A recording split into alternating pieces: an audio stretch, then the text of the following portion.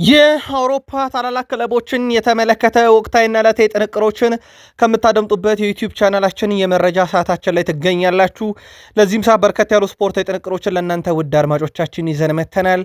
እስከ ፕሮግራማችን ፍጻሜ ቆዩን። ላይክ፣ ሰብስክራይብ፣ ሼር ስለምታደረጉን፣ ስለ አጋርነታችሁ፣ ስለ ሀሳብ አስተያየታችሁ፣ ስለ ደጋፋችሁ ሁሉ እጅግ አድርገን እናመሰግናለን። በዚህኛውም ጥንቅራችን በርከት ያሉ ወቅታዊና ለእናንተ ውድ አድማጮቻችን ለዚህ ሰዓት ብትሰሟቸው ያልናቸው ስፖርታዊ ጥንቅሮች ሁሉም ተካተዋል። በቅደም ተከተል የሚደርሱ ይሆናል። በመረጃ ሰዓታችን አስቀድመን የዝውውር ጉዳዮች ላይ ትኩረት እናደርጋለን። በሪያል ማድሪድ በኩል ሲፈለጉ ከነበሩ ተጫዋቾች ጋር በተያያዘ ወቅታዊ ዝውውር መረጃዎችን ልናነሳ ወደናል። ጉዳዩን ይዘነዋል፣ ይዳሰሳል። በዚህኛው መርሃ ግብራችን ከባርሴሎናም ጋር አያይዘን የምናነሳቸው በርከት ያሉ ጉዳዮች አሉ።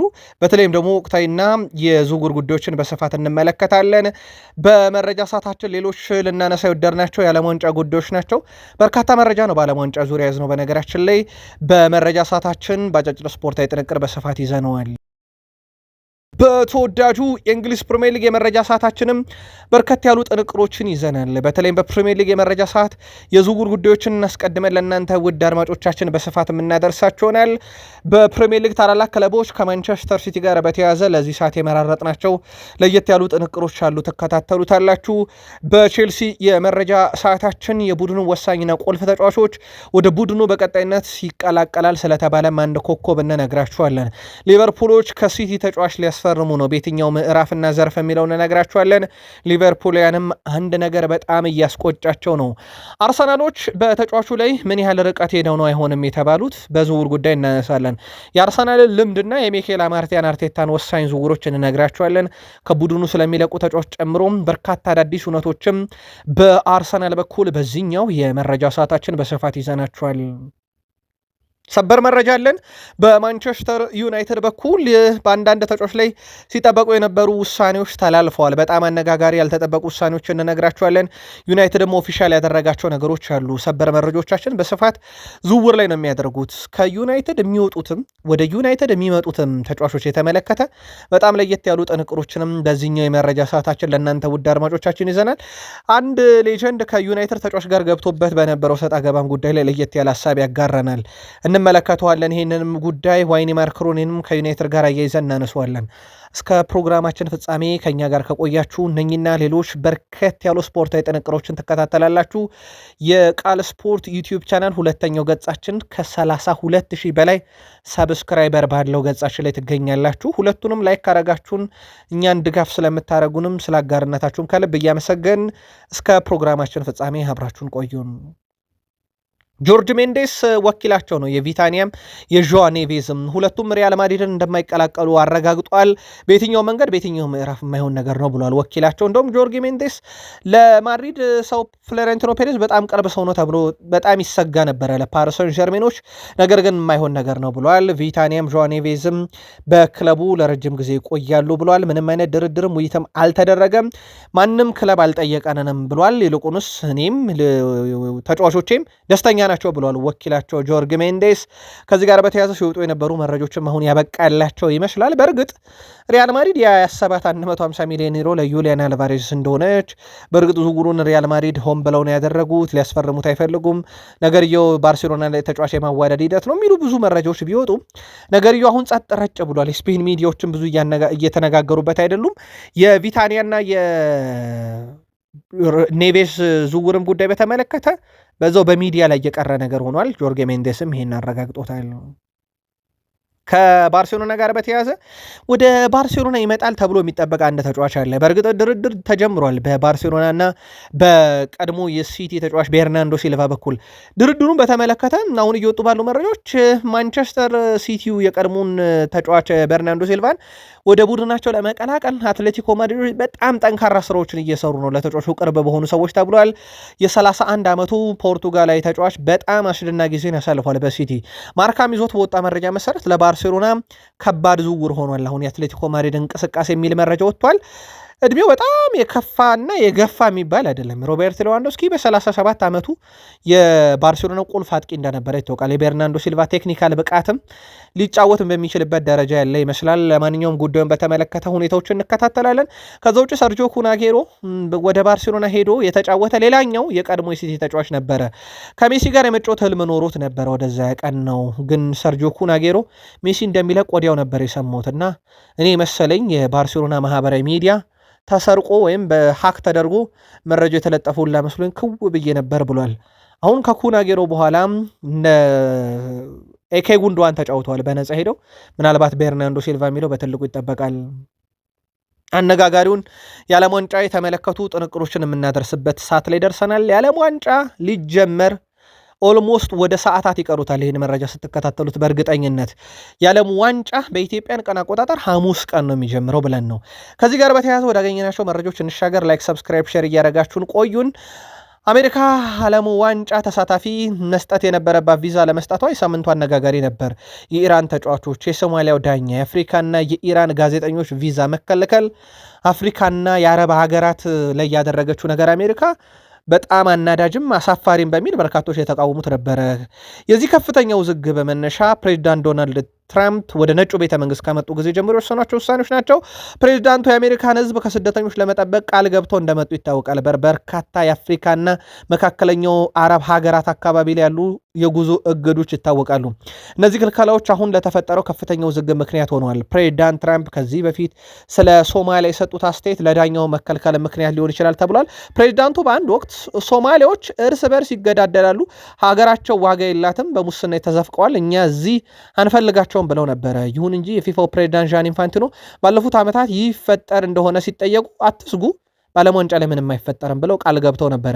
ዣን ኢንፋንቲኖ በተለያዩ መድረኮች በጋዜጠኞች ሲጠይቁ አሜሪካ ሁሉንም ትቀበላለች፣ ስጋት አይገባችሁ ብለው ነበረ። አሁን ላይ የቪዛ ችግሩ የአሜሪካ መንግስት ጉዳይ ቢሆንም ኢንፋንቲኖ ቃላቸውን ባለመጠበቃቸው የጥፋተኝነት ጣት ቅሰራም ወደ እሳቸው ሆኗል።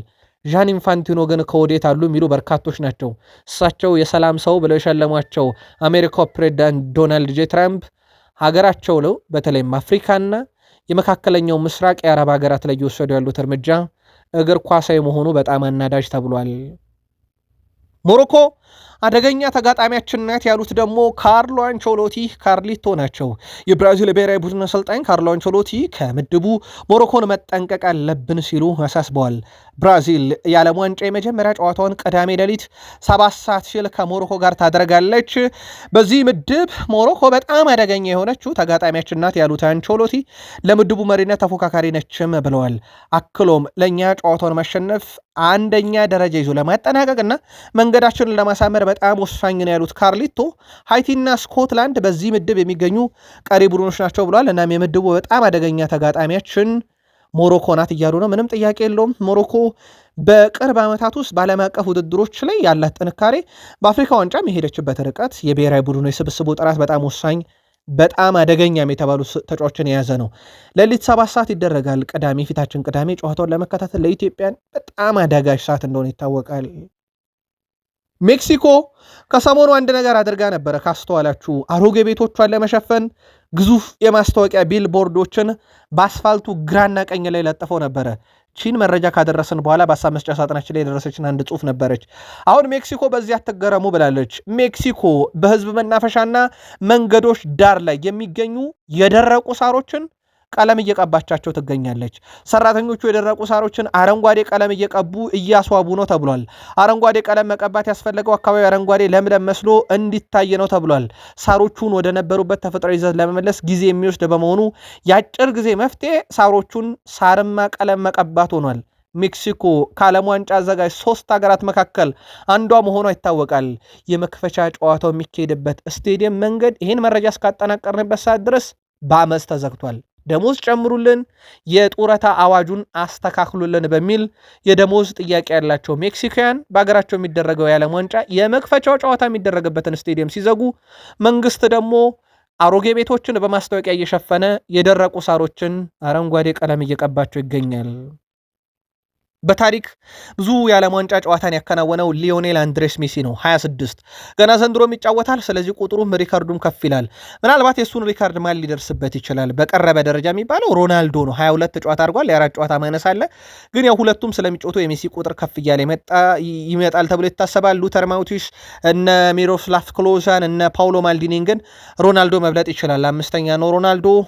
ከዛ ውጪ በታሪክ የዓለም ዋንጫም በርካታ ግቦችን ያስቆጠረው ሚሮስላፍ ክሎዝ 16፣ ሮናልዶ ናዛሪዮ የለም አሁን 15፣ ገርድ ሙለር 14 የለም። ሜሲ 13 አለው። ምናልባት ዘንድሮ ሜሲ ሪከርዱን 4 ግብ ካስቆጠረ የግሉ ያደርገዋል።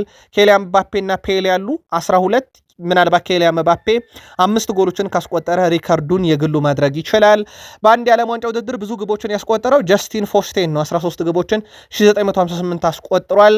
አሁን ላይ አንድም ተጫዋች በዚህ ደረጃ የሚጠቀስ የለም። ምናልባት ዘንድሮ ማን ይህን ታሪክ ይደግመዋል የሚል ይጠበቃል። በታሪክ ብዙ የዓለም ዋንጫ አሲስቶችን ያደረገው ዲያጎ አርማንዶ ማራዶና እና ሜሲ ናቸው፣ 8። ሜሲ ዘንድሮ ሪከርዱን የብቻው ማድረግ ይችላል። በዓለም ዋንጫ ከምንጠብቃቸው ትልልቅ ሪከርዶች ውስጥ ናቸው። ዋንጫውን እናሸንፋለን ማለት ከባድ ነው እያሉ ነው ሊዮኔል ስካሎኒ። የአርጀንቲና ብሔራዊ ቡድን አሰልጣኝ ሊዮኔል ስካሎኒ በዓለም ዋንጫው እስከ መጨረሻ እንደሚፋለሙ ገልጿል። ዓለም ዋንጫው እናሸንፋለን ማለት ከባድ ነው ያሉት ሊዮኔል ስካሎኒ ምክንያቱም በጣም የተወሳሰበ ነው ብለዋል። ነገር ግን ተጫዋቾች ሜዳ ላይ ያላቸውን ሁሉ እንደሚሰጡ እርግጠኛ ነኝ፣ እስከ መጨረሻው ሁሉንም እናደርጋለን ሲሉ ተደምጧል። አርጀንቲና ከአይስላንድ የአቋም መፈተሻ ጨዋታ አድርጋ በሊዮኔል ሜሲ፣ ባርኳ እንደዚሁም ደግሞ አልሜዳ ገቦች 3-0 ካሸነፈች በኋላ ነው በጋዜጣዊ መግለጫ ይሄን ሐሳብ ያነሱት። የአርጀንቲና ብሔራዊ ቡድን አምበል ሊዮኔል አንድሬስ ሜሲ ከምሽቱ ድል በኋላ አንገታችሁን አናስደፋችሁም ብሏል ደጋፊዎቹን በዓለም ዋንጫው ላይ። በጣም ደስተኛ ነኝ ያለው ሜሲ እንደ ሁልጊዜው ለዓለም ዋንጫው ጓጉቻለሁ ሲል ተደምጧል። አክሎም ከዚህ ቀደም አንገታችሁን እንደማናስደፋችሁ ነግሬያችሁ ነበር፣ አሁንም ፍላጎታችን ተመሳሳይ ነው ብሏል። በሁሉም በአንድ ነገር እርግጠኛ ይሁንልን ይላል። ተጋጣሚዎቻችን እኛን ማሸነፍ ከባድ ይሆንባቸዋል ያለው ሜሲ የአርጀንቲና ሕዝብም አንገት ቀና እናደርጋለን ብለዋል። ትላንት ምሽት ባርኮ በ8ኛው ሜሲ በፍጹም ቅጣት ምት 72ኛው እንደዚሁም ደግሞ በአልሜዳ በኩል 86ኛው ደቂቃ ላይ ነበረ ግቦቹን ያስቆጠሩት።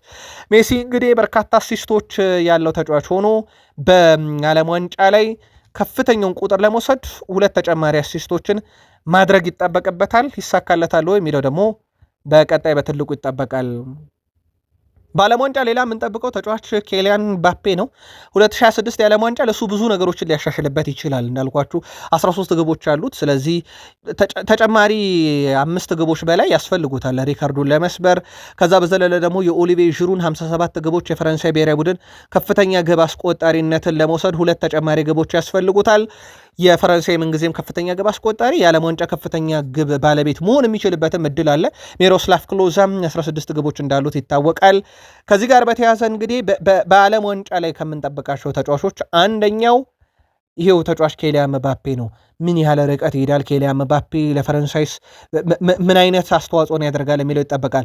በዓለም ዋንጫ በ2 ተከታታይ ፍጻሜ ጨዋታ የተጫወተ በፍጻሜ ጨዋታ በነገራችን ላይ በዓለም ዋንጫ ታሪክ እንደ ኬሊያን ምባፔ ግብ ያለው የለም። 4 ግብ አለው። በጣም አስገራሚው በ2 የዓለም ዋንጫ ነው ያለው። 3 ግቦች ያላቸው እነዚህ ዳነ ሄነሪ እንኳን በርካታ የዓለም ዋንጫን ተጫውተው ነው።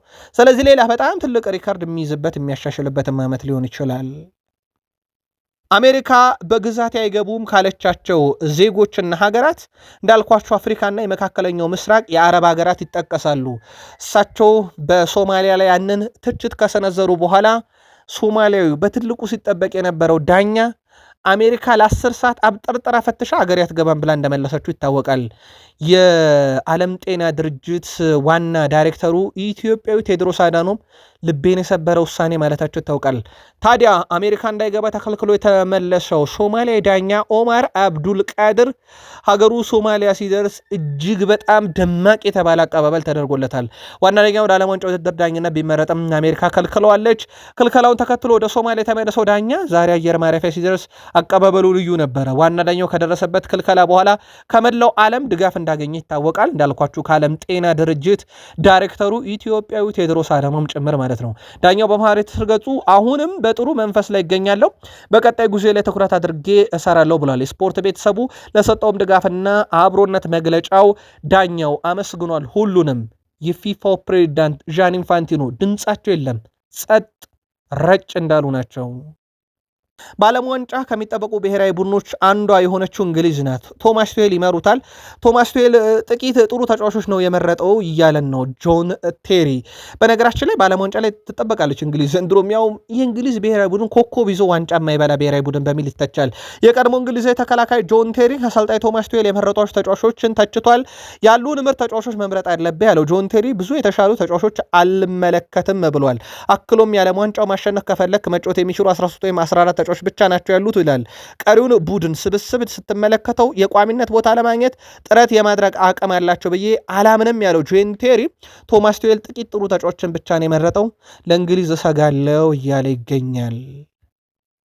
ወደ እንግሊዝ ፕሪሚየር ሊግ መረጃዎቻችን በዚሁ እንሻገር። ሁለተኛው ዩቲዩብ ገጻችን የዝውውር ቻናላችን ላይ ማለት ነው ከ32,000 በላይ ሰብስክራይበር ባለው ገጻችን ላይ ትገኛላችሁ። ላይክ፣ ሰብስክራይብ፣ ሼር ስለምታደርጉ ስለ አጋርነታችሁም በእውነት ከልብ የመነጨ ምስጋናችን ይድረስ ብለናል። ይሄኛውም የእኛኑ ገጽ ላይክ ስታደርጉ መረጃዎች ቶሎ ቶሎ ወደ እናንተ ይደርሳሉ። የፕሪሚየር ሊግ መረጃችን ተጀምሯል። አብራችሁን ቆዩን። ቶትናምን እናስቀድም። የቶትናም ተከላካይ ቤን ዴቪስ በክለቡ የሚያቆየውን የ12 ወራት ወይም የ1 ዓመት ተጨማሪ ፌርማ ፈርሟል። ቤን ዴቪስ የአሁኑ ውል በወሩ መጨረሻ ያበቃ ነበረ፣ ግን ለተጨማሪ 1 ዓመት በክለቡ እንደሚቆይ ተረጋግጧል። የሮቤርቶ ዲዘርቢ መምጣት ቶትናም ቤት አንዳች እያነቃቀው ያለው ነገር እንዳለ ግን ማሳያም ተደርጎ ሊወሰድ ይችላል። ሌላው ቶትናም ሆትስፐርስ በዝውውር መስኮቱ ላይ ጠንካራ ስራዎችን እየሰሩ ይገኛሉ። ብራዚላዊን ተከላካይ ጊልሰን ብሪመርን ከዩቬንቱስ ለማምጣት እቅድ አላቸው። በነገራችን ላይ ያው ክርስቲያኖ ሮሜሮን ለመተካት ነው። ሮሜሮ ስሙ በዩናይትድ ቤት የተያዘ ብቻ አይደለም፣ በዩናይትድ ዝርዝር ብቻ አይደለም ያለው፣ በበርካታ ክለቦች ይፈለጋልና ቶትናሞች ቤን ዴቪስን ማቆየት ነገሮች ሊከብዳቸው እንደሚችል የገባቸው ይመስላልና ከአሁኑ ቡድኑን እያጠናከሩ ይገኛሉ። በርካታ አማራጮችንም እያዩ ይገኛሉ። ከዚህ ጋር በተያያዘ ታዲያ የዩቬንቱሱን ብራዚላዊ የመሀል ተከላካይ ስፍራ ተጫዋች የሆነውን ግሊንሰን ብሬመርን እየተከታተሉ ይገኛሉ። ጉዳዩን እንመለከተዋለን። እንዳልኳቸው የሮቤርቶ ዲዘርቢ መምጣት ቶትናም ቤት የፈጠራቸው ትልቅ ተጽዕኖ አለ። የሊቨርፑል ሮበርትሰንን ወስደውታል። ሌሎችንም ግን እንደዚሁ ከዝውውር ጋር በተያያዘ ስማቸው የሚነሱበት ላይ ጥረት እያደረጉ የሚገኙት የሲቲውን ሳቪኖንም የግላቸው የማድረግ ፍላጎት እንዳላቸው ይታወቃል። እንደውም ከሳቪኖ ጋር በግል ጉዳይ ተስማምተው ከሲቲ ጋር ብቻ ነው በዝውውር ጉዳይ ላይ ይስማሙ ያልቻሉት። ምናልባት የሲቲን የመጨረሻ ውሳኔ ይጠባበቃሉ። እሱንም የግላቸው የማድረግ ልዩ ፍላጎት እንዳላቸው ይታወቃል። ሲቲ በዝውውር መስኮቱ ላይ የነቃ ተሳትፎን እያደረገ አይደለም። በርካታ ሲቲዎችም ስጋታቸው አሰልጣኝ ያተን ልምድ ያላቸው ተጫዋቾች እያጣን በዛ ላይ የሚለቁ ተጫዋቾች ዝርዝራቸውም ትላንትም ነግረናችሁ ነበር ከፍ እያለ ነው እና ለምንድነው እንቅስቃሴ የማያደርገው የሚለው መረጃዎች እየወጡ ነው። በእርግጥ ውድ ቤተሰቦቻችን ኦፊሻል ዝውውሩ መስኮቱ ሊከፈት ቢያንስ የዛሬውን ትተን 4 ድፍን ቀኖች ይቀራሉ። በሌላ በኩል የክለቦች ስጋት ያው ሌሎች ክለቦች ፍጥነት ተጫዋቾችን እየወሰዱ ነው በሚል ነው። ሲቲ ከኤሊዮት አንደርሰን ጋር ነው ድርድር እያደረገ የሚገኘው። አምና ቢሆን በዚህ ሰዓት እንደ ሪያን ሼርኪ ያለ ተጫዋች የማንቸስተር ሲቲ ንብረት ሆኖ የፈረመበት፣ በዚህ ዓመት ደግሞ የሲቲ የዓመቱ ምርጥ ተጫዋች እጩ ውስጥ የገባ፣ የፔፌ ዓመቱ ምርጥ ተጫዋች እጩ ውስጥ የወጣቶች ምርጥ ተጫዋች እጩ በፔፌ የገባ፣ አርሰናል ላይ ያስቆጠራት ግብ የዓመቱ ምርጥ የተባለችለት ድንቅ ተጫዋችን በዚህ ሰዓት ነበር ያስፈረሙት። እስካሁን ግን ሲቲ አዲስ ፈራሚ የለውም። ምናልባት ወደኋላ መለስ ካለን ውድ ቤተሰቦቻችን ልክ በዛሬው ዕለት 2023 ማንቸስተር ሲቲ በታሪኩ ለመጀመሪያ ጊዜ የአውሮፓ ሻምፒዮን ሆነበት ምሽት ነበረ። ኤካይ ጉንዶዋን ዋንጫዋን ያነሳው ልክ በዛሬዋ ዕለት ከ3 ዓመት በፊት ነበረ። ያኔ 13 ጨዋታ ውስጥ 8 ድል 5 አቻ በቂ ነበሩ። 32 አስቆጥሮ 5 የተቆጠረበት ነበረ። ማንቸስተር ሲቲ የአውሮፓ ሻምፒዮንስ ሊግ ታላቁን መድረክ ካነሳ እነሆ 3 ዓመቱ ሆነ። እዛ የገነነ ቡድን ውስጥ አሰልጣኙ ፔፕ ጋርዲዮላ ዛሬ ላይ የሉም። ግብ ጠባቂው ኤደርሰን ዛሬ ላይ በቦታው ላይ የሌለ ተጫዋች ነው። አምበሉ ኤካይ ጉንዶዋን የለም። ጃክ ግሪሊሽ የለም። ኬቨን ደብሮይነ የለም። ስቶንስ ተሰናብቷል። ቤርናንዶ ሲልቫ ለቋል። ማህሬስ ከለቀቀ ክለቡን የሰነበተ ነው። እነ ካይል ዎከርም ቢሆኑ በዚህ ቡድን ውስጥ እንደሌሉ ይታወቃል። ማንቸስተር ሲቲ በ3 ዓመት ውስጥ ቡድኑ ኦልሞስት አዲስ ሆኗል ማለት ይቻላል። በአዲሱ አሰልጣኝ ዣቪ አሎንሶ የሚመሩት ቼልሲዎችም ራሳቸውን በብዙ መንገድ ያጠናክሩበታል ወይም ደግሞ ራሳቸውን ያሻሽሉበታል የሚባለው ዓመት ነው ይሄ። በነገራችን ለውድ ቤተሰቦቻችን እሳቸው ወደ ቡድኑ ከመጡ በኋላ መዋቅራዊ ለውጦችን እያደረጉ ነው። በቅርቡ ለሚዲያ ይፋ ይደረጋል ተብሏል። በርካታ ነገሮችን ከልምምድ ማዕከል እስከ መልበሻ ክፍል እያሻሻሉ እያስተካከሉ ይገኛሉ። በራሳቸው ቅኝት እንደ ሪስ ጄምስ፣ ኮል ፓልመር፣ ሞይሰስ ካይሴዶ፣ ሌቪ ኮልዌል፣ ኤስታቬ ዊሊያም፣ ዦዋ ፔድሮ እነ ጆሽ አቺፖንግን የመሳሰሉ ተጫዋቾቻቸውን ይዘው በቀጣዩ ውድድር ዓመት የመቀጠል እሳቤና ፍላጎት አላቸው። ግን እንደ ማርክ ኩኮሪያና እንደ ኤንዞ ፈርናንዴዝ ያለ ተጫዋች እሳቸው ቢፈልጓቸው እንኳን ስለመቆየታቸው እሳቸውም ተጫዋቾቹ ማረጋገጫ የለም እስካሁን በዝውውር ጉዳዩ ላይ የሚወሰን ይሆናል እንጂ ተጫዋቾቹ በቼልሲ የማይፈለጉ ወይም በአሰልጣኙ የማይፈለጉ ሆኖ አይደለም። ኤንዞ ፈርናንዴዝ እና እንደዚሁም ማርኮ ኮሪያ ግን ተጫዋቾቹ በራሳቸው ልባቸው ቼልሲ ቤት እንደሌለ ይታወቃል። በቃል ስፖርት ዩቲዩብ ቻናል ሁለተኛው ገጻችን ላይ ትገኛላችሁ። ይሄኛው የዝውውር ቻናላችን ላይ ናችሁ። ውድ ቤተሰቦቻችን ላይክ፣ ሰብስክራይብ፣ ሼር ማድረግ እንዳይረሳ። በቼልሲ ዝርዝር ውስጥ አሉ ተብለው ወይም ደግሞ ኦልሞስት ተጠናቋል እየተባለ የሚነገረ አንድ ዝውውር አለ። በጣም አስደናቂው ቫለንቲን ባርኮ የተጫዋች በስትራስቡርግ ስለሚገኝ ቼልሲም ስላነጋገረው የግሉ ያደርገዋል ተብሎ እየተጠበቀ ይገኛል። ውድ ቤተሰቦቻችን ከዚህ ጋር በተያያዘ በምሽት አርጀንቲና ድል ስታደርግ ግብ አስቆጥሯል። በጣም ቆንጆ ግብ ከሳጥን ውጭ አስቆጥሯል። ለቼልሲ ለምን መጫወት እንዳለበት በደንብ አሳይቷል ብዬ አስባለሁ። በአርጀንቲና የምሽቱ ጨዋታ ላይ በጣም ወሳኝና ቁልፍ ተጫዋች ነው። እንዳልኳችሁ ቼልሲ ከህት ክለብ ስለሆነ ለማምጣት ላይቸገር ይችላል። በቼልሲና በስትራስቡርግ መካከል እንዲህ አይነት ዝውውሮች ሲደረጉ ነበር። በርካታ ተጫዋቾችን ቼልሲ እያመጣ በስትራስቡርግ እንደሚያሳድጋቸው ይታወቃል። ወጣቱ ተጫዋች በአርጀንቲና ብሔራዊ ቡድን በጣም ድንቅ ጊዜን እያሳለፈ ይገኛል። ቼልሲዎች የመጀመሪያ ፈራሚያቸው አድርገው ነው በነገራችን ላይ የቼልሲም ቅርብ መረጃ ምንጮች ሲያወጡት የነበረው ቫለንቲን ባርኮ ቀጣዩ የቼልሲ ተጫዋች ይሆናል የተባለው ለአርጀንቲና ትላንትና በጣም ድንቅ ግብ ነበር ያስቆጠረው። ሊቨርፑሎች በጣም ወሳኙንና አስደናቂውን ተጫዋች ለማምጣት ድርድር ጀምሯል። በድርድሩ መሰረት ድርድሩ እየተደረገ ያለው በተጫዋቹና በሊቨርፑል መካከል ነው። ፓርከር ይባላል። የማንቸስተር ሲቲ የአካዳሚ ምሩቅ ነው። የ16 ዓመቱ የአጥቂ አማካይ ኮንትራቱ ሲያልቅ በዚህ ወር መጨረሻ ማንቸስተር ሲቲ ለቆ ሊቨርፑልን ይቀላቀላል የሚል መረጃ በስፋት እየወጣ ነው። የሊቨርፑልና የዣቪየር ፓርከር ተወካዮችም በኮንትራት ዙሪያ ድርድር አድርገዋል። ተጫዋቹም ወደ ሊቨርፑል ለመምጣት ፈቃደኛ ነው ተብሏል። ማንቸስተር ሲቲዎች ኮንትራቱን ለማራዘም ወይም ውሉን ለማራዘም ወይም አዲስ ኮንትራት ለማፈረም እንዲፈርም በርካታ ጥረቶችን እያደረጉ ነበር። ተጫዋቹ ግን ልቡ ሊቨርፑል ቤት ነው ያለው ተብሏልና ሊቨርፑሎች በአካዳሚዎች ሊያጫውቱት ወይም የዚህ ዓመት በጣም ወሳኝና ተስፋ የተጣለበት የመጀመሪያ ፊርማቸው ይሆናል ተብሎ ይጠበቃል። እንግሊዛዊ ተጫዋች በሊቨርፑል ምናልባትም ልክ እንደ ሪዮ ንጉማ የሚያድገው ተጫዋች ሊሆን ይችላል ተብሎ ይጠበቃል። ከሊቨርፑል ዝውውር ጋር በተያያዘ አንዳንድ የሚወጡ መረጃዎች አሉ። ለአብነት ያክል ጆንስ ክለቡን ለቆ ወደ ኢንተር ያመራል የሚል ነው። በእርግጥ ይህንን መረጃ ኬዛ በራሱ አረጋግጦታል። ስለ ጣሊያን ጠይቆኛል ብሎ የተጫዋቹ መልቀቅ እርግጥ እየሆነ የመጣ ከሆነ በኋላ ሊቨርፑልያን አንድ በጣም ቅር ያላቸው ነገር አለ። ጆንስ የአካዳሚ ውጤት ነው። ከኤቨርተን ጋር ሲጫወት ማየት ደግሞ ለዚህ በቂ ነው። እንዴት ከኤቨርተኑ ተጫዋች ጋር ሰጣ ገባ ውስጥ እንደገባ ደስታ አገላለጽ ላይ ተጣልቶ እስከ 30 ሚሊዮን ዩሮ ነው ድርድር እየተደረገ የሚገኘው። አሁን ገበያው ላይ የዌስትሃሙ የማቴዎስ ፈርናንዴዝ፣ የበርንማውዙ አሌክስ ስኮት፣ የኖቲንግሃም ፎረስቱ ኤሊዮት አንደርሰን፣ የክሪስታል ፓላሱ አዳም ዋርተን ከሚሸጡበት ሂሳብ አንጻር ሊቨርፑልያን በማህበራዊ ሚዲያ ላይ ተቃውሞ እያቀረቡ ነው። አንድም ተጫዋቹ እንዳይለቅ ከለቀቀም ደግሞ በትልቅ ሂሳብ ነው መልቀቅ ያለበት የሚሉ ዘመቻዎችን ጀምረዋል። ሊቨርፑል ቤት በዘመቻ የስቴዲየም ትኬትን አስቀንሷል።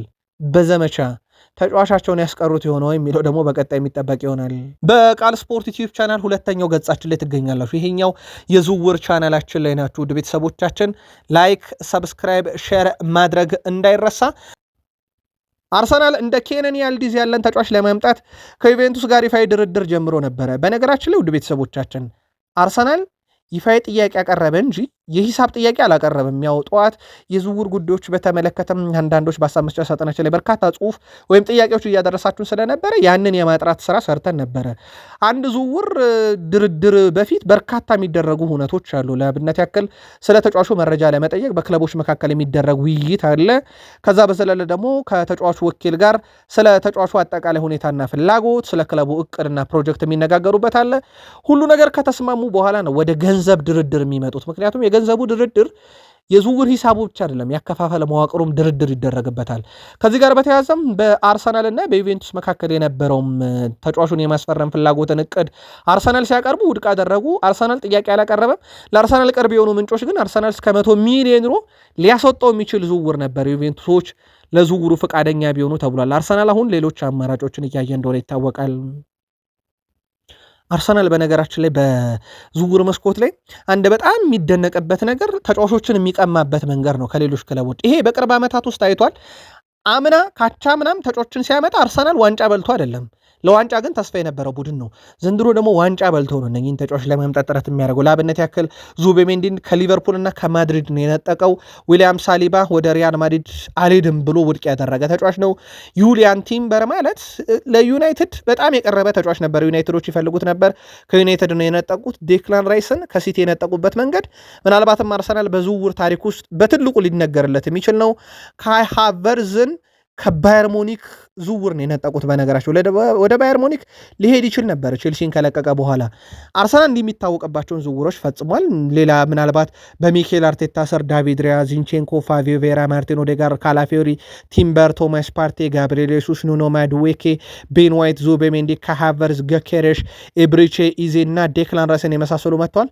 ያው ውዱ ተጫዋች ዴክላን ራይስ ነው። በጣም በትንሽ ሂሳብ ያመጡት ዳቪድ ራያ እንደሆነ ይታወቃል። የሚኬል አርቴታ ምርጡን ፈራሚም ልትነግሩን ትችላላችሁ። ራሳቸው ሚኬል አርቴታ ካመጧቸው ተጫዋቾች ውስጥ ጋብሪኤል ጀሱስ ይጠቀሳል። ወደ 52.5 ሚሊዮን ዩሮ ከፍለውበታል። በነገራችን ላይ በሲቲ በአርሰናል ሰባተኛው ውዱ ፈራሚ ነው የሚኬል አርቴታ። አሁን 20 ሚሊዮን ዩሮ ገበያ ላይ እንዳቀረቡት ይታወቃል። ከዩቬንቱስ ጋር በተያዘ ስሙ በስፋት እየተነሳ ነው። ዩቬንቱሶች ይህን ተጫዋች የገላቸው የማድረግ ፍላጎት አላቸው። የዝውውር መስኮቱ ላይ በንቃት እየተሳተፉ እንደሆነ ይታወቃል። በእርግጥ ይህ ዝውውር በፊት ግን ያቀዷቸው ዝውውሮች አሉ። የመጀመሪያ ምርጫቸው አይደለም። አሁን ላይ የኮሎ ሙአኒ፣ የሶሎሮዝ በጣም ቅርብ የሆነው የዣን ፌሊፔ ማቴታና የጎንዛሎ ጋርሻ ስሞች አሉ። ከዛ ውጭ ግን የአርሰናሉንም ጋብሪኤል ጀሱስ አካተውታል። አርሰናል ከዚህ ዝውውር ጥቂት ገንዘቦችንም ቢሆን አግኝቶ በዚህ ዓመት የመሸጥ እቅድ እንዳለው ይታወቃል።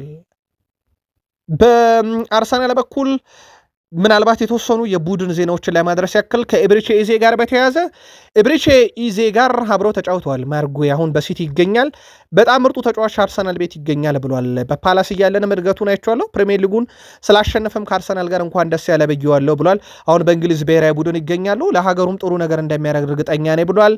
ከሀገር ጋር በተነሳ ቶማስ ቱዌል ቡካዮ ሳካን በተመለከተ ልምምድ በተከታታይ እያሰሩት እንዳልሆነ ይፋ ካደረጉ በኋላ በርካታ አርሰናልን ስጋት ገብቷቸዋል። ምናልባትም ተጫዋቹ ጉዳቱ አገርሽቶበት ቀጣዩን ዓመት ከአርሰናል ጋር ጥሩ እንዳይሆን ያደርግብናልና ባይጫወት የሚሉ ሀሳቦች አሁን በአርሰናል ሌጀንዶች በኩል እየተነሳ ነው። በዓለም ዋንጫ ላይ ቶማስ ቱዌል አይደለም ላጫውተው እኔ ራሱ በልምምር ላይ ሁሉንም ቀን እያሰሩት አይደለም እና ለአርሰናል ብለን ሳይሆን ለራሳችን ብለን ተጫዋቹን በጥንቃቄ እንይዛለን ብለዋል። የክለቦችና የብሔራዊ ቡድኖች አንዱ ጸብ ተጫዋቾችን አያያዝ ነው። ላሚን ያማል በስፔንና በባርሴሎና መካከል የጸብ መነሻ ነበር።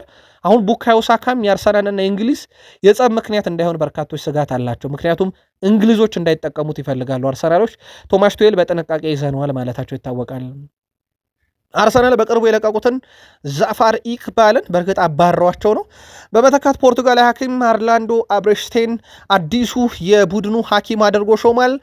ባለፈው የውድድር ዘመን ማጠናቀቂያ ላይ አስቶን ቪላን የለቀቀ ሲሆን በሐምሌ ወር ከአርሰናል ጋር ስራውን ይጀምራል። ይህ እርምጃ በቅርቡ 2 የፊዚዮቴራፒ ባለሙያዎች ከአስቶን ቪላ ወደ አርሰናል መዘዋወራቸውን ተከትሎ ከዛው ከአስቶን ቪላ የመጣ ሌላ ሰው ነው። ዴቪድ ኦርኔስቴ አርሰናል ቤት የጉዳት ችግር ለዚህ ምክንያት ነው እያለም ይገኛል። በቃል ስፖርት ዩቲዩብ ቻናል ሁለተኛው ገጻችን ላይ ትገኛላችሁ። ይሄኛው የዝውውር ቻናላችን ላይ ናችሁ። ውድ ቤተሰቦቻችን ላይክ፣ ሰብስክራይብ፣ ሼር ማድረግ እንዳይረሳ። ማንቸስተር ዩናይትድ ቤት ከሰበር መረጃ እንጀምር። ሲጠበቅ ነበረ፣ ቀኖችም ነበሩ። በነገራችን ላይ ገና 5 ቀኖችም ይቀሩ ነበረ። ማርከስ ራሽፈርድ ወደ ባርሴሎና የሚያደርገው ዝውውር ሙሉ ለሙሉ ተቋርጧል። ባርሴሎና የተጠየቀውን 26 ሚሊዮን ፓውንድ እንደማይከፈል አረጋግጦ ከራሽፈርድ ጋር ያለው ጊዜም አብቅቷል ብሏል። ይሄ ለዩናይትድ ጥሩ ዜና ብቻ አይደለም። ምክንያቱም ዩናይትድ 300,000 ፓውንድ እየከፈለ በሳምንት 300,000 ፓውንድ ብቻ አይደለም 325,000 ፓውንድ በሳምንት እየከፈለ የዩናይትድ ደሞዝተኛ ሆኖ ይቀጥላል ማለት ነው። ዩናይትዶች የማይፈልጉት ነገር ነው። ሁለተኛ ለተጫዋቹ በራሱ ለባርሴሎና ብሎ ከከፈለው ዋጋ አንጻር በጣም መጥፎ ሊሆን ይችላል። የ28 ዓመቱ እንግሊዛዊ አጥቂ በዚህ ክረምት ከውሰት ቆይታው በኋላ ወደ ዩናይትድ በይፋ ይመለሳል። በባርሴሎና 14 ጎሎች 14 አሲስቶች ነበሩት። እስከ 40 ሚሊዮን ዩሮ ያወጣል የተባለው ተጫዋች አሁን ላይ በ30 ሚሊዮን ዩሮ እንኳን ባርሴሎና አላስፈርመውም ብሏል። ባርሴሎና በእርግጥ የጎርደንን ዝውውር ሲጨርስ ምን ነካው ባርሴሎና እስኪባል ድረስ ነበረ። ምክንያቱም ራሽፈርድን ያስፈርማል ተብሎ ሲጠበቅ፣ ለማንኛውም ራሽፈርድ በይፋ የቀድሞ ክለቡን ዩናይትድን ተመልሶ ይቀላቀላል። ወደ ባርሴሎና የሚያደርገው ዝውውር ለጊዜውም ቢሆን ባርሴሎና አቋርጦታል። ማንቸስተር ዩናይትድ በይፋ የገጻቸው ከጀደን ሳንቾ ጋር ያላቸው ውል መጠናቀቁንና ከዚህ ወር በኋላ ጀደን ሳንቾ የዩናይትድ ንብረት ተብሎ እንደማይመዘገብ በአንቀጹ ላይ ያለውን ተጨማሪ 1 ዓመት የማራዘም አንቀጽ እንደማይጠቀሙና ጀደን ሳንቾና ማንቸስተር ዩናይትድ እህሏቸው እንዳበቃ ይፋ አድርገዋል። ለተጫዋቹም መልካም ዕድል ብለውታል። ከዚህ ጋር በተያያዘ በነፃ ወኪል ወደ ፈለገው ይሄዳል። ዩናይትድ አንዱ ከደሞዙ ላይ የቀነሰው ተጫዋች ጀደን ሳንቾ ሆኗል። በእርግጥ ተጫዋቹ በማንቸስተር ዩናይትድ የለም ከተባለ ቆይቷል። በዶርትመንድ ከዛ በቼልሲ ከዛ በአስቶን ቪላ ተዘዋውሮ ተጫውቷል። በማንቸስተር ዩናይትድ እንግዲህ እየተጫወተ እንዳልሆነ ይታወቃል። 2 ዓመት ተኩል ሆኖ እንደማለት ነው ከዩናይትድ ከወጣ። ከእሱ ጋር በተያዘ ውድ ቤተሰቦቻችን የመዳረሻው ሁኔታ ለዩናይትድ ምንም የሚጠቀም ነገር አይደለም፣ ግን ለተጫዋቹ መዳረሻውን በተመለከተ ተከታትለን እናመጣዋለን። ፋቢዮ ካፔሎ እንደ ኤደርሰን ያለ ተጫዋች 2 ግልጋሎት ታገኝበታለ። የመጀመሪያው ሜዳ ላይ በጣም ጠንካራው ተጫዋች ነው። ከሳጥን ሳጥን ሲጫወት ታየዋለ። አንዴ ያጠቃል፣ አንዴ ይከላከላል፣ ቦታን ቀይሮ መጫወት ደግሞ ይችላል ይላሉ። ሁለተኛ ነገሩ ደግሞ አስተሳሰቡ ነው። በጣም ጥልቅ የሆነ አስተሳሰብ አለው። አንድ ተጫዋች በእግር ኳስ ውስጥ በሱን ያክል ደረጃ የማሰብ ችሎታ ሲኖረው ስለ እግር ኳስ ሲረዳ አትቸገረም ብሏልና አንድም አስተሳሰቡ፣ 2 ሜዳ ላይ ያለው ጥንካሬ በጣም ወሳኝ ነው ብሏልና ዩናይትድ ምን አይነት ተጫዋች እንዳስፈረመ ሲናገር ማለት ነው፣ ፋቢዮ ካፔሎ ሲናገሩ ማለት ነው። ከዚህ ጋር በተያያዘ ተጫዋቹ በማንቸስተር ዩናይትድ ከዓለም ዋንጫ የብራዚል ቆይታ በኋላ የሚቀላቀል ይሆናል። የብራዚልን ብሔራዊ ቡድን እንደተቀላቀለ ይታወቃል። ውድ ቤተሰቦቻችን የዝውውር ጉዳዮችን እያነሳ እንገኛለን። በማንቸስተር ዩናይትድ ዝውውርን በተመለከተ የተወሰኑ ነገሮችን እናጥራቸው እስቲ። በኤሊዮት አንደርሰን ላይ ኤሊዮት አንደርሰን ወደ ማንቸስተር ዩናይትድ እንዳይመጣ የሚያደርገው ሲቲ ስለፈለገው ወይም ኖቲንጋም ፎረስት ሂሳብ ስለለጠፈበት ብቻ አይደለም። ትልቅ ሂሳብ ዩናይትድ የደሞዝ መዋቅራቸው ከዚህ በኋላ እንዲበላሽ አይፈልጉም። 2 ነገር ዩናይትድ ቤት ተመልክተናል። ሰር ጂም ራትክሊፍ ከመጡ በኋላ እግር ኳሳዊ ጉዳዮችን ከተቆጣጠሩ በኋላ ሰር ጂም ራትክሊፍ ወደ ዩናይትድ የሚመጣ ማንኛውም ተጫዋች የዝውውር ሂሳቡ ዩናይትድ ክፍያ የሚባል ነገር ቀርቶ ሌሎች ክለቦች ተደራድረው በሚያስፈርሙበት ሂሳብ ዩናይትድን ብሎ የመረጠ ተጫዋች ይፈርማል። ሁለተኛ አንድ ተጫዋች ለማምጣት ተብሎ የተለየ የደሞዝ መዋቅር አናዘጋጅለትም። የክለቡን መዋቅራዊ ደሞዝ ከተከተለ ብቻ ለዩናይትድ ይፈርም የሚል ነው። በኤሊዮት አንደርሰንም ጉዳይ ዩናይትድ እንዲህ አይነት እርምጃዎችን ነው የሚወስደው። ስለዚህ በማንቸስተር ዩናይትድ እና በኤሊዮት አንደርሰን መካከል ያለው ግንኙነት የደሞዝም ጉዳይን መዋቅርንም የተመለከተ ነው። ተጫዋቹ ጋር በይፋ ድርድር እያደረገ ያለው ማንቸስተር ሲቲ ግን እንደሆነ ይታወቃል። ሮይ ኪን ከብሩኖ ፈርናንዴዝ ጋር በተያያዘ በይፋ ንግግሮችን፣ ውይይቶችን አድርገናል። እሱ ደውሎልኛል ብሏል። በእርግጥ ብሩኖ ፈርናንዴዝም በጉዳዩ ላይ ለስለስ ያለ ሀሳብ ነበር ያጋራው። ለእያንዳንዱ ነገር በጥቂቱ ያወራንበት ግሩም ጨዋታ ነበረ ከሱ ጋር ወይም ግሩም ቆይታ ነበረ ብሏል። በእኔና በብሩኖ መካከል የነበረው ግን ደስ የሚለው ነገር እኛ ሚዲያ ላይ ስንቀርብ ወይም ጨዋታዎችን ስንተነትን አንዳንድ ጊዜ ከተናገርነው ነገር በስተጀርባ ልናስተላልፈው የፈለግነው መልእክት ትክክል ሳይደርስ ይቀራል። በዚህ ምክንያት ሰዎች ይበሳጫሉ። እሱ ብሩኖ ከኔ ጋር መነጋገር የፈለገው ለዚህ ነበር። እኔና በብሩኖ መካከል ከስምነት ደርሰናል ብሏል። በዚህም በሁለታችን መካከል የነበረ ችግር የለም እያለ ነው። እንደውም ብሩኖ ነው ይቅርታ የጠየቀኝ እያለ ነበረ ፈገግ ብሎ። ማን ይቅርታ የጠየቀው ተብሎ ከሱ ጋር መነጋገሬ በጣም አስፈላጊ ነገር ነው ብዬ አስባለሁ። ምክንያቱም ብዙ ነገሮች እየተከሰቱና እየተዘገቡ ነበር። እሱ ደግሞ ለዩናይትድ ትልቅ ተጫዋች መሆኑ ግልጽ ነው። እኔ የቀድሞ የዩናይትድ ተጫዋች ነኝ። ስለዚህ በዚህ መልኩ መግባባትና ተገቢ ውይይት ማድረግ ጥሩ ነው ብሏል። በኔና በብሩኖ መካከል ችግር የለም እያለ ነው ሮይኪን። በጣም ደስተኛ ነኝ እናም ከብሩኖ ጋር አውርተን ችግራችንን ፈተናል እያለ ነው። ትላንትና የቀድሞ የሲቲ ተጫዋች ሚካ ሪቻርድስ ሮይኪን ብሩኖን አይደለም የተቸው። ብሩኖ ምርጥ ተጫዋች እንደሆነ ያውቃል፣ ግን ከዩናይትድ የሚፈልገውን ነገር ከተጫዋቾች እያገኘ አለመሆኑ ነው ያንን የተናገረው ብሎ ሮይኪን መጥፎ ሀሳብ ለመናገር ብሎ ያንን እንዳላረገ መናገሩ ይታወቃል። ዋይኒ ማርክ ሩኒ ራሽፈርድን በተመለከተ ሀሳቡን አጋርቷል። ማርከስ ራሽፈርድ በተመለከተ ማንቸስተር ዩናይትድን መልቀቁ በጣም አሳዝኖኛል። እሱ የአካባቢው ልጅ ነው፣ እናም ያደገበትን ክለብ መልቀቁ አናዶኝ ነበር ወይም አሳዝኖኝ ነበር ብሏል። ከሁሉም ተጫዋቾች መካከል በእኔ እይታ የኔን የግብ ማስቆጠር ክብረ ወሰን ሪከርድ ለመስበር ከፍተኛ ምድል የነበረው እሱ ነው ይላል።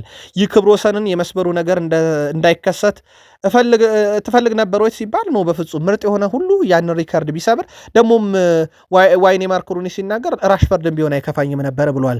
በቅርብ ዓመታት ውስጥ ወደ ቀደመ ብቃቱ ሲመለሳቸዋለሁ ጥሩ የእግር ኳስ ህይወት እንደሚያሳልፍ ከዚህ በኋላ እርግጠኛ ነኝ ብሏል። ቲዮ ዋልኮትም ራሽፈርድ ምርጥ ስለሆነ ነው ወደ ዓለም ዋንጫ ሄደው ማለቱ ይታወቃል። ዛሬ ራሽፈርድ በይፋ የባርሴሎና ተጫዋች እንደማይሆን የታወቀበትና ወደ ዩናይትድ እንደሚመለስ የታወቀበት ቀን ሆኗል። የቃል ስፖርት ዩቲዩብ ቻናል ሁለተኛው ገጻችን፣ ይህ ደግሞ የዝውውር ቻናላችን እንደሆነ ይታወቃል። ላይክ አድርጉን፣ አበረታቱን። ጥቂት ቆይተን እንመለስ። መልካም ቀን